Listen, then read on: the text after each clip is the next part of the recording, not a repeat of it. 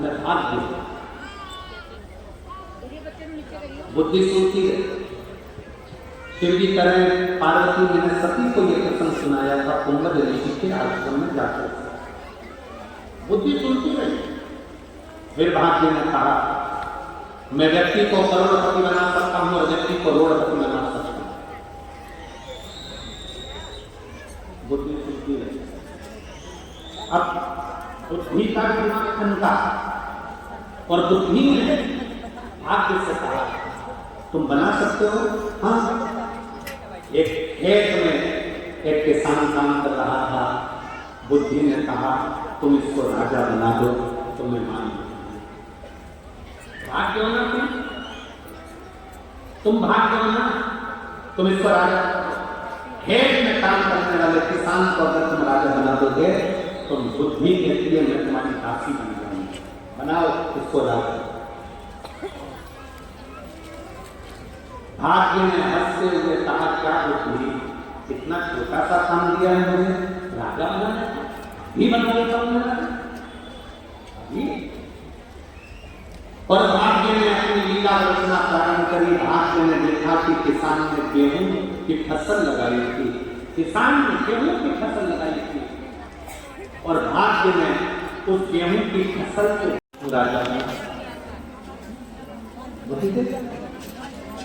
लड़की का विवाह करा, सोना चांदी हीरा पन्ना देकर सुंदर सी बेटी का विवाह उस किसान के साथ कर दिया। किसान जब अपने घर में आया तो रात्रि के समय उसके मन में आया कि मैंने सुना है कि मौत बड़ा सुंदर रूप धर कर आती है। ऐसा लग रहा है राजा ने मेरे साथ साथ चलकर ये जरूर किसी मौत को मेरे कमरे में भेज दिया है और ये मुझे मार कर रहेगी। तो किसान कमरा छोड़कर नदी की ओर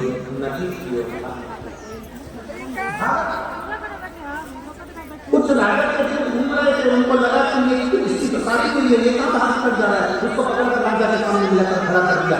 राजा ने कहा इसने मेरी बेटी का अपमान करा है, इसको कारागार में डाल दो, कल इसको फांसी की सजा हो जाए, बंद करो इसको।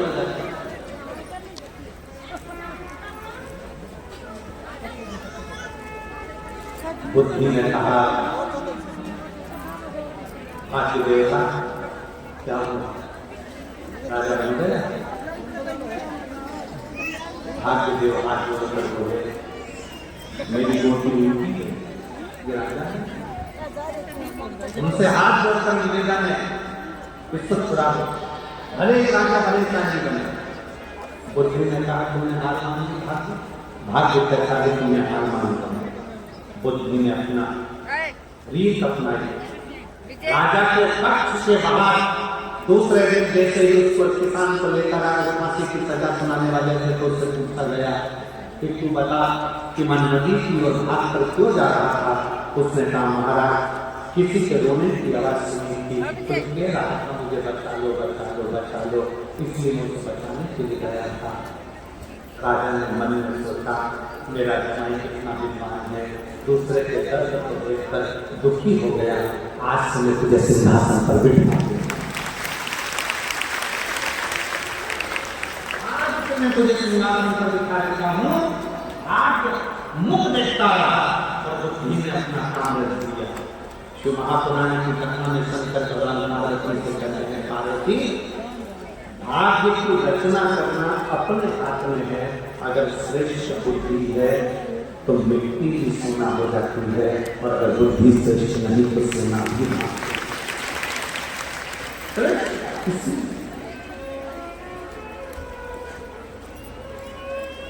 तीसरा प्रश्न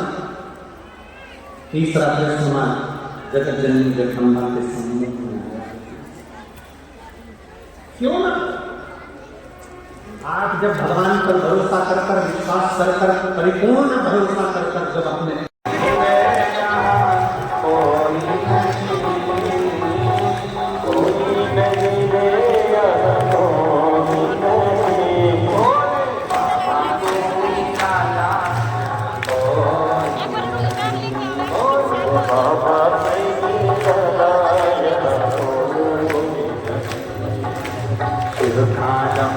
डम डम बोले आसमान गम के